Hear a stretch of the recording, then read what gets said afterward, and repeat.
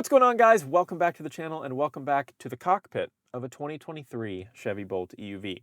In this video, I just wanted to talk through my thoughts on whether or not you guys should pick up a 2023 Chevy Bolt EUV or wait until 2025. Let's get into it.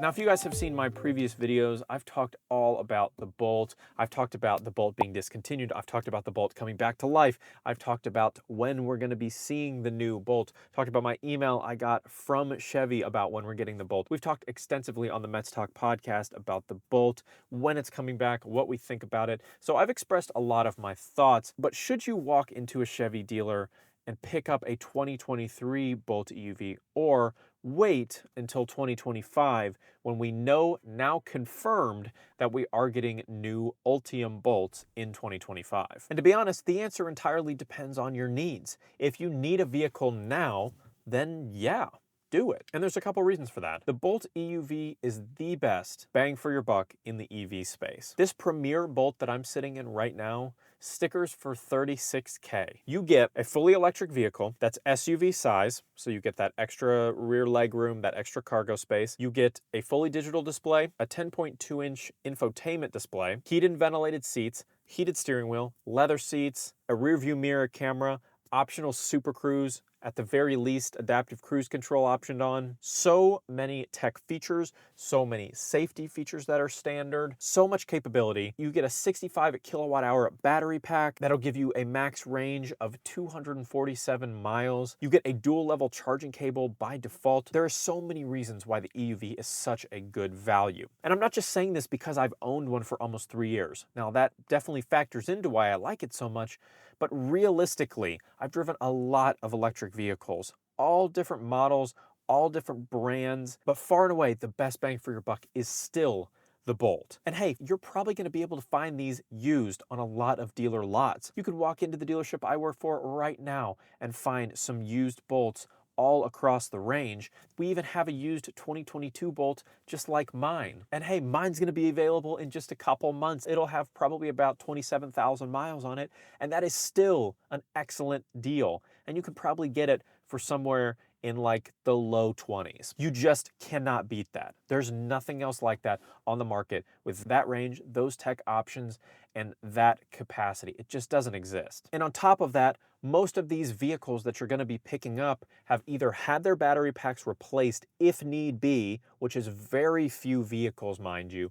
They've had it replaced if need be, and if not, most of them, if not all of them, are going to have the software update completed that monitors your battery to make sure there are no issues whatsoever. So the battery recall is completely in the rearview mirror. You don't have to worry about that anymore. Everyone that's had them in the past has taken care of that issue for you, and you're reaping the rewards of that. And mine was one of the ones that didn't need the battery replaced. All it needed was the software update to monitor the battery, make sure everything checks out, and then it's good to go, and I'm able to charge back up to 100%. So they're the best bang for your buck if you want to buy them new. If you want to go the used route and pick one up, they're finally showing up to dealers coming off of leases from 2022, and all the recall stuff should be in the rear view for the most part. If other stuff pops up, hey, they're going to take care of that for you anyway. It's not that big a deal. And for one little bonus consideration, I know people are always concerned about charging speeds. So if you're trying to decide, should I get a 2023 Bolt EUV, which maxes out at 55 kilowatt fast charging, or should I wait until the 2025 Bolt comes along and hopefully it has a faster charging speed? I definitely get that. That's definitely something to consider, especially if you're doing a lot of traveling in the Bolt, or you just want to be able to stop somewhere and charge really quickly, where currently it's tougher to do that. But I'll speak a little bit from my experience. I charge exclusively at home. So I have a 240 volt outlet in my garage that my dual level charger plugs into, and I just, whenever I need to, it doesn't happen every single day, maybe a couple times a week, I'll plug it in, charge it up to 80%, and be on my way for the next couple days. I'm not really a traveler. I don't really drive so much that I need to charge up in the middle of the day. Just never really happens. So for me, being able to charge at home works great, and that 55 kilowatt fast charging just doesn't impact me at all.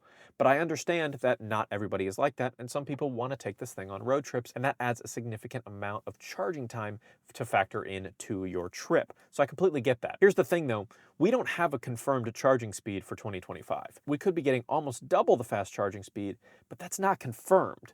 What if you wait 2 years, 3 years, or more to get the updated EUV, you could be saving all this money on gas and having a more enjoyable driving experience owning an EV, and instead you wait and then 2025 rolls around and they bump the charging speed to 70 kilowatts. Is that 15 extra kilowatts worth it? I don't know. That's something that you guys will have to answer, but if you absolutely have to have the fastest charging around, then the Bolt probably isn't your option anyway. But my point remains, it's unconfirmed what the charging speeds are going to be in 2025, so it may be worth the wait, it might not.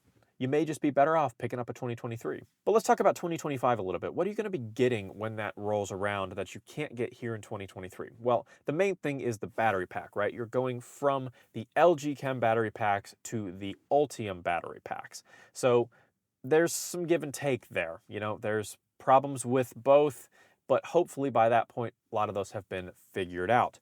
You're most likely going to get a fresh redesign. At least that's what I think is going to happen. If you guys want to know more about what I expect as far as my wish list goes for 2025, I made an entire video about that. I'll have it linked in the description. Definitely check that out.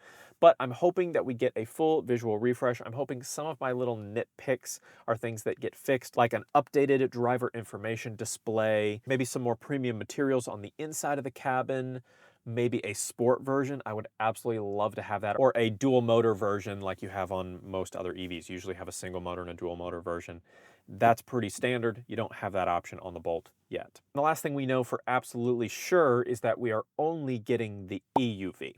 So if you were a Bolt EV fan, definitely go get a 2023 Bolt EV because that's your last chance to get that smaller, more compact size. All of the future 2025 and beyond Bolt nameplates are going to be more of the EUV style, more of like a super compact SUV. And we do know that they're confirmed for 2025. Now this could always get pushed back. It happens occasionally, but we're shooting for 2025 to get a new Bolt model. And I'm really, really excited to see what we actually do get. I'm excited to take my wish list video and compare and contrast and see which things we actually ended up getting and which things they said no thanks. Automakers tend to hold back a little bit. They tend to just sprinkle in new features over years and years, unfortunately, instead of kind of checking off a big list of things in every single redesign.